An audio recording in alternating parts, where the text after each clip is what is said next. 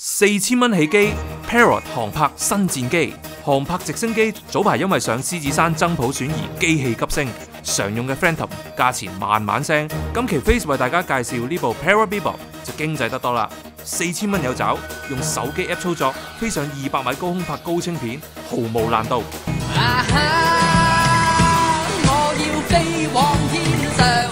想飛往天上，唔使跟姥姥嘅，跟有豐富航拍經驗嘅 Woody 過3關試飛就得啦。第一關定點降落，要部機定點降落到籃球場中圈。試機嗰日風勢比較大，部機細細隻左搖右擺，勉強都叫做成功降落嘅。第二關穿呼拉圈，要部機飛過35寸呼拉圈，用手機 App 控制反應夠爽快，試咗2次就成功穿越啦。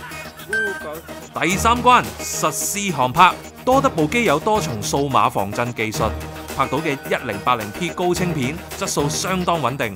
啱啱咧立法會就通過咗將軍澳堆填區擴建，各位將軍澳嘅居民即刻 share 呢一條片俾支持擴建嘅新界東建制派議員啦！